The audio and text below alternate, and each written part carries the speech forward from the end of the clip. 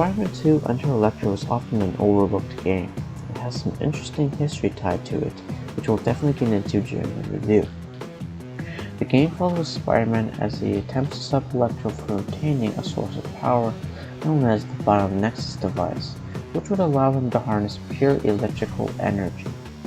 One of the many reasons on why this game could be overlooked is mainly due to the fact that this game was released late into the PlayStation's life cycle and most people ignored it, as a good handful of them probably moved on to the PlayStation 2. It doesn't help that Neversoft didn't return to develop this game as they moved back into the Tony Hawk Pro Skater series. Activision gave this game to Vicarious Visions, a developer who had nothing to do with the first game, and they only had a year to actually work on the game. So yeah, this just spells disaster. But perhaps I'm jumping the gun a bit here, so let's see if this game is just as good as the first one. The game's plot begins with Electro robbing Biotech and stealing something called the Bionexus device, which we'll be getting into soon. While out on patrol, Spider-Man spots one of the robberies. Planting a Spider Tracer on a motorcycle, Spider-Man follows it to an abandoned warehouse, where the thief is passing off a stolen briefcase to a contact. Spider-Man takes out the thugs and interrogates one of them, but then is attacked by Shocker. After defeating Shocker, Spider-Man follows on the thug's tip and hits the airfield. Along the way, Spider-Man is forced to disable a bomb threat, take out a machine gun nest, and stop a runaway plane from crashing. As the contact escapes via helicopter, Spider-Man is able to plant another tracer onto it and tracks it to a train yard owned by Hammerhead. Fighting his way through Sandman, Spider-Man manages to race to catch a fleeing train where he finally confronts the contact, the Beetle. The Beetle manages to escape with the briefcase, but he accidentally leaves behind a clue for Spider-Man, an invitation to the Science and Industry Ball. During this, Electro explains his master plan, which uses the Bionexus device to increase his power to the point where he can become a god. However, he needs one more part. Only its creator, Dr. Watts, knows where it is located. Electro then summons Hammerhead and his goons to send them to the Science and Industry Ball to find Dr. Watts and bring her to him. Arriving at the ball, Spider-Man finds Hammerhead and his thugs are already there. After battling the thugs through the entire building, rescuing all the hostages, Spider-Man finally confronts Hammerhead, while Dr. Watts runs away. Although Spider-Man defeats Hammerhead and leaves him for the police, Dr. Watts has already been captured by Sandman while he was busy fighting with Hammerhead. Remembering that Dr. Watts works at Biotech, Spider-Man decides to call Dr. Connors, who also works there, to see if he knows more about the villain's plans and, well, why did they kidnap Dr. Watts. But he only hears Dr. Connors, who's transforming into the Lizard on the other end of the line. After fighting the Lizard, Dr. Connors explains to Spider-Man Electro's goal to become a god by using the Bionexus device, and then tells him to go check out Dr. Watts' lab, where he might find out more info about the missing piece of the device. After escaping Biotech security in an intense rooftop chase, Spider-Man eventually arrives at the lab, where he learns that the device's main power source is a sapphire named of Zeus's Tear, before being attacked by Sandman again. Spider-Man learns that the sapphire is currently on display at a museum, in the newspaper, and rushes to arrive there before Electro, who is also informed of the jewel after one of his goons brings him the same news article. At the museum, Spider-Man finds Electro and threatens to kill Dr. Watts if Spider-Man doesn't give him the jewel.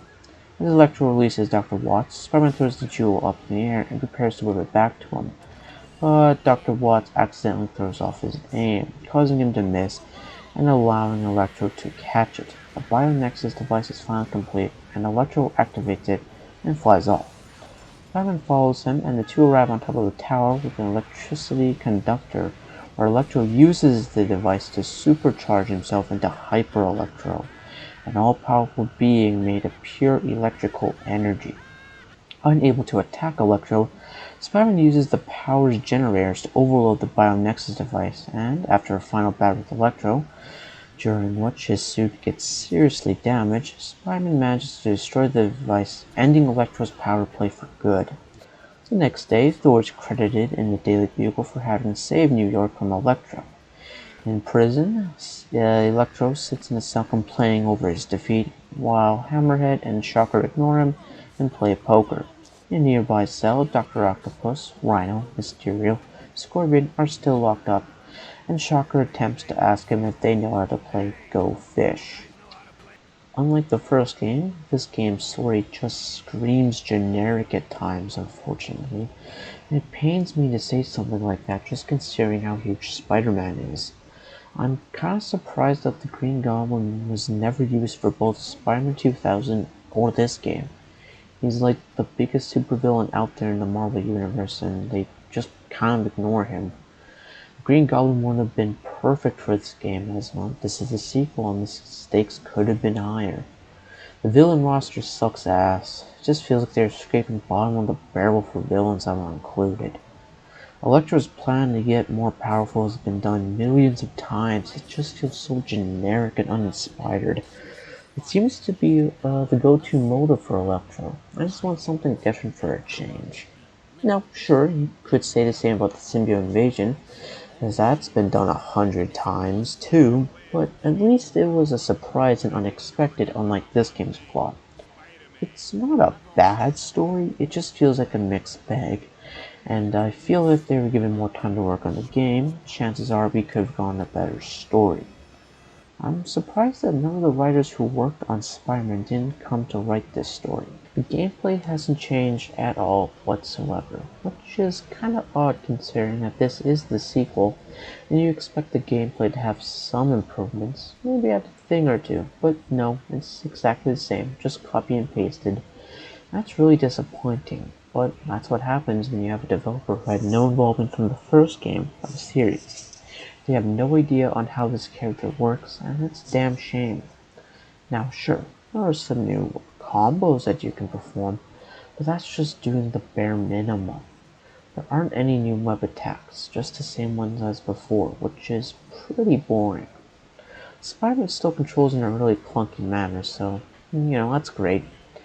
By the way, the camera in this game sucks. I forgot to mention this in my Spider-Man 2000 review, but yeah, the camera is pretty crappy. It's so odd how the DualShock controller came out in 1997, but for some reason Spider-Man 2000 didn't implement a camera system to the right analog stick. That would have been perfect. Sure, the camera still would have been crap, but at least you have more control in where you want the camera to face. The camera cooperates with you most of the time, but it just feels so weird not having any control over the camera. It's just awkward at times. The angle that the camera gives you at times is just ridiculous. These angles will probably block your sight, forcing you to look like a goofball jumping around trying to get a good angle again. Web slinging is still the same, nothing more and nothing less. It's still odd that I can't swing more than 2 webs and fall to my death or drop onto the ground. It seems like buildings are more spaced apart this time. At least Neversoft kinda knew the webbing system was flawed in some way. Well, to sum it up, it's disappointing. It's just the same shit over again, and it just doesn't feel as fun as in Spider-Man 2000. Alright, I spent enough time bitching and complaining. Let's talk about the levels. If you thought Spider-Man 2000 was too easy or doesn't seem repetitive, oh boy, you are in for a treat. This game is very difficult and stubborn at points with its level design overall. Not all of them are bad, but there are a few that stand out for just being plain annoying. Street levels exist this time around, and well, they're actually pretty cool. The first level is literally a street level. There's a good handful of these levels, and I like that a lot, but there are some levels that start on the ground but then force you to go up top on the rooftops, which kinda sucks. It's not all the time, but it's something to mention though. We have another warehouse-themed level, which is kinda boring. I mean, at least the boss fight with Shocker is exciting. The next level fucking blows, holy shit. The objective of this level is to disarm a bomb. You need 4 colored keys to defuse the bomb. Now, that sounds rather simple, but you have no idea where the fucking idea on where these keys are. And to make matters worse, you have a time limit. This level is just a giant big guessing game, and if you fail, which you could, you have to restart. I mean, that's fine and all, but the biggest kick in the ass is that the keys are not in the same place. They are randomly generated, which is cherry on top of the sundae. The hangar level isn't too bad, just beat up all the bad guys, very similar to the warehouse level. But the level that follows that is just god awful. You have to stop a plane from crashing into oil drums, I guess. But I always struggled with this one for some reason. Like, it shouldn't be too hard, but it is for some reason. This one is definitely a pain in my ass for sure. But it's odd though. During my recording, I was able to beat this level on the first try. Normally, it would take me a handful of tries to complete this level. I don't know what happened. I guess I was just lucky that time. Anyway, next you're at the train station, which is pretty cool. Sure, the main colored palette is blue and gray, but I like this one. I don't really have a whole lot to say about this one other than it's just a train station. Nothing more and nothing less. The two Hammerhead levels seem very similar to the bank level from the first game. And to be honest, it kind of does feel the same as you need to rescue hostages. I mean, hell, one of the rooms in that level looks very similar to the one used in the bank level. The biotech stages aren't bad, but very repetitive. But I do dig the design of these levels. They look very advanced and kind of seem futuristic at points too. The level before you fight Lizard is super annoying at times. Like, when I first played it, I had no clue what you were supposed to do. It may seem simple, just reach the top, but the stuff you need to progress is just annoying. You need to press 4 switches, which sounds easy, but it's just repetitive as all hell. Plus those lasers pack quite a punch too. Oh, don't fall down either. After you beat Biotech, you just need to escape, which is, fantastic. This level is... oof, it's frustrating. If you thought the laser turns in the earlier biotech stages were annoying, just wait until this one. Oh boy, it just makes my blood boil. I think the coolest level has to be the museum. I really like these levels just because they feel different in terms of theming. Most of the levels that I've listed have been done to death in a ton of Spider-Man games, but the museum, not so much. It just feels unique and, honestly, a breath of fresh air. The levels themselves are fine, nothing outstanding. The level that you reach before Electro is a pain in the ass. I hate this level, mainly due to the fact of how much stuff you need to avoid.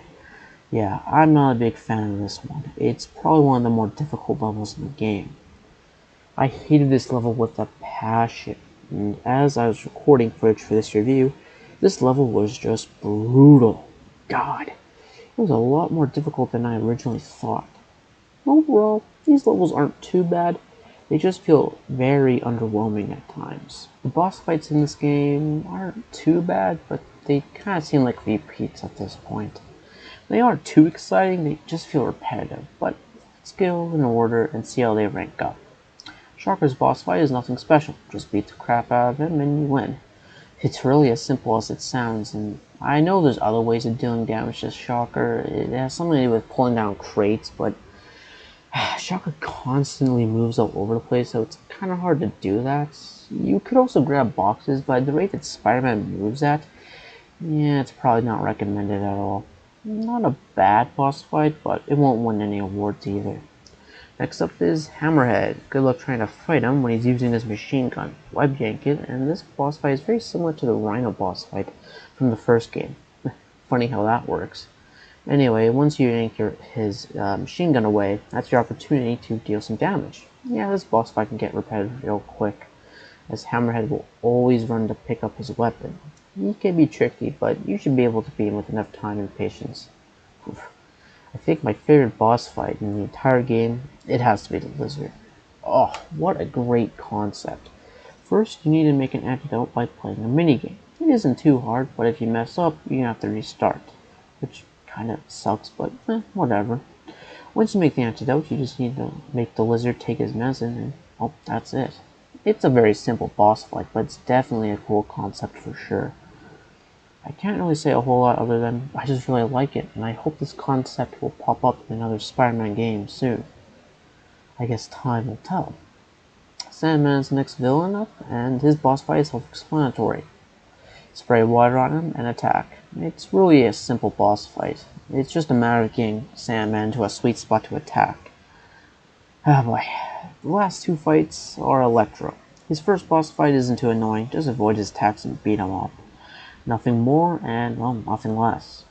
The second boss fight is now with Hyper Electro. It's just a more powerful version of Electro using the Bionexus device, so attacking him head-on isn't really advised.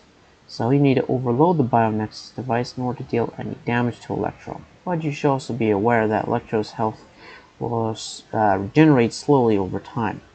Just stay away when Electro is all powered up. That's really the only tip I can give you. Overall, that's pretty much all the boss fights. Only 4 villains to fight, and that's super pathetic, considering how the last game had like 7 boss fights. Would have been bumped up to like 5 if the beetle actually did something. These boss fights kind of feel underwhelming, unfortunately, but they aren't bad or anything. I just feel like they could have been a little better or well thought out. This Spider-Man game has some history tied towards it, and I find it kind of fascinating. This game came out around the same time as 9/11, so some things definitely needed to be changed. Some level names were changed, concept art for the game had to be altered, cutscenes in order to avoid any reference to the World Trade Center in 9/11, although the background of the World Trade Center and the Empire State Building remained on cutscenes and it can even be seen in trailers. But, well, the biggest change of them all is the final boss stage. Originally, it took place on top of the World Trade Center. And to be honest, that sounds actually really fucking epic. But 9/11 kinda happened, and that forced Activision to recall all the pre-9/11 copies of the game and replace them. ISO files of the pre-9/11 copies do exist online, so finding one shouldn't be too hard, but finding a physical copy of one is definitely hard. You probably won't know you have one until you played the final level, or perhaps know the level changes. Spider-Man 2 Enter Electro has the same amount of extra content from the last game. You have training modes that are now set in the Danger Room from the X-Men for some reason. Well, to be fair, the first X-Men movie did come out and, well, it was all the hype back then. It's an odd inclusion, but it's whatever. You have comic books, costume returns, some from the first game make a comeback, but it's got a few that are definitely cool. Most notably, the unused Alex Ross suit for the first Raimi film. Oh, a super cool suit indeed. The biggest thing here is Create a Spider, which allows you to pick a suit and 3 special powers to accompany you as you play through the story again with these powers. You have a wide selection of powers to choose from. This feature kinda came back through Marvel's Spider-Man, which is pretty cool in my book.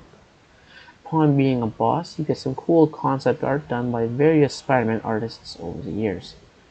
The game's graphics look almost identical to the first one. Sure, Spider-Man's suit finally has lines on him. Took him long enough. But I can't really say a whole lot because nothing's really changed in terms of graphics. Voice acting is not bad, not as good as the first game, but it's still enjoyable for the most part. Reno Romano does a fantastic job as Spider-Man yet again. I can't really complain here at all. But Bradley D. Baker as Electro, while I can praise Romano for doing a fantastic job, same can't be said here for Baker. He just doesn't fit the type for Electro, and well, half the time I just find him annoying, which is a damn shame. Everyone else here does a good job as you would expect from a game like this, I guess. Music is, well, it's just fucking boring. I mean, good lord, what happened here? The first game's soundtrack was badass. It was so damn good. Here, it just sounds generic and bland as fuck.